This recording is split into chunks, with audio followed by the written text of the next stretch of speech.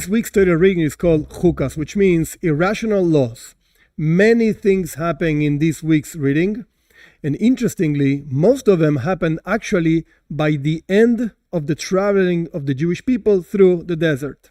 So basically, in this week, like almost 38 years go by just very quick from one verse to another.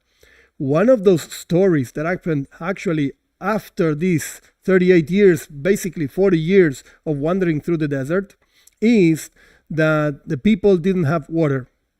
Why? Because Miriam, who was the sister of Moshe Rabbeinu, passed away, and the well of water that accompanied the Jewish people through the desert was actually there in the merit of Miriam. So when she passed away, the well basically disappeared. So the people complained to Moshe Rabbeinu, Moshe, we need water. And Moshe, of course, turned to God and said, they need water. And God told him the following verse in Hebrew, V'dibartem el hasela. You and your brother Aaron, you have to talk to the stone. And the stone is going to give water and so on.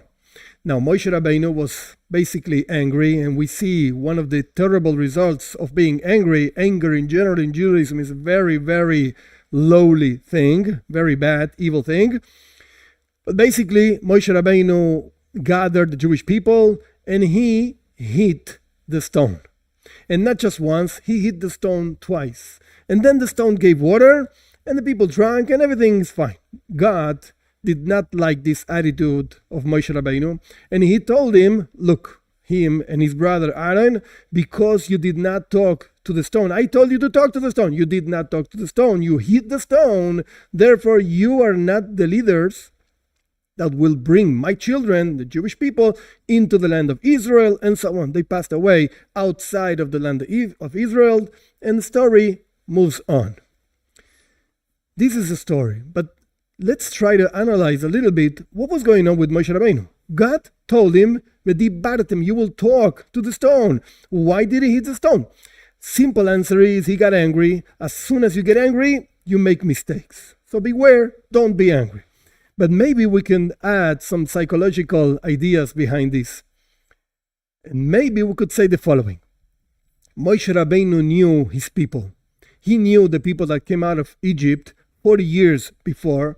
They were tough people, constantly complaining about everything, making problems and rebellions about everything. So they had to be treated in a very harsh and tough way. That's why 40 years before, when the people needed water, what did Moshe do? He actually hit the stone, and the stone gave the water. No problems. Nobody complained. God did not complain either. He hit the stone, and the stone gave water. Now 40 years passed, and those who actually went out of Egypt, those people, those men, between 20 and 60 years, they passed away already. In this particular Parsha, again, we are talking about the events after this decree of death in the desert passed, finished. So Moshe Rabbeinu thought these people continue being exactly the same type of people that those who left Egypt. They need to be treated harsh.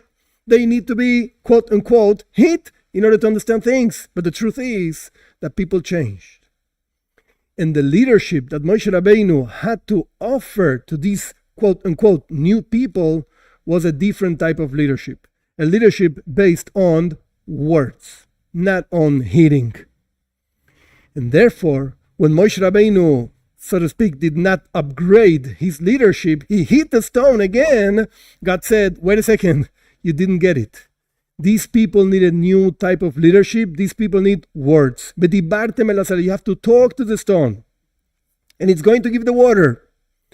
And since Moshe Rabbeinu was not ready for this new type of leadership, therefore, he was not actually the leader that brought the Jewish people into the land of Israel. From here, we can, of course, learn a very deep lesson.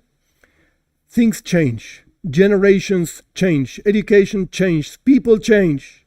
And you have to be ready for the new challenges that education brings us, new challenges that leadership brings, and you have to learn how to talk, not so much how to hit the stone.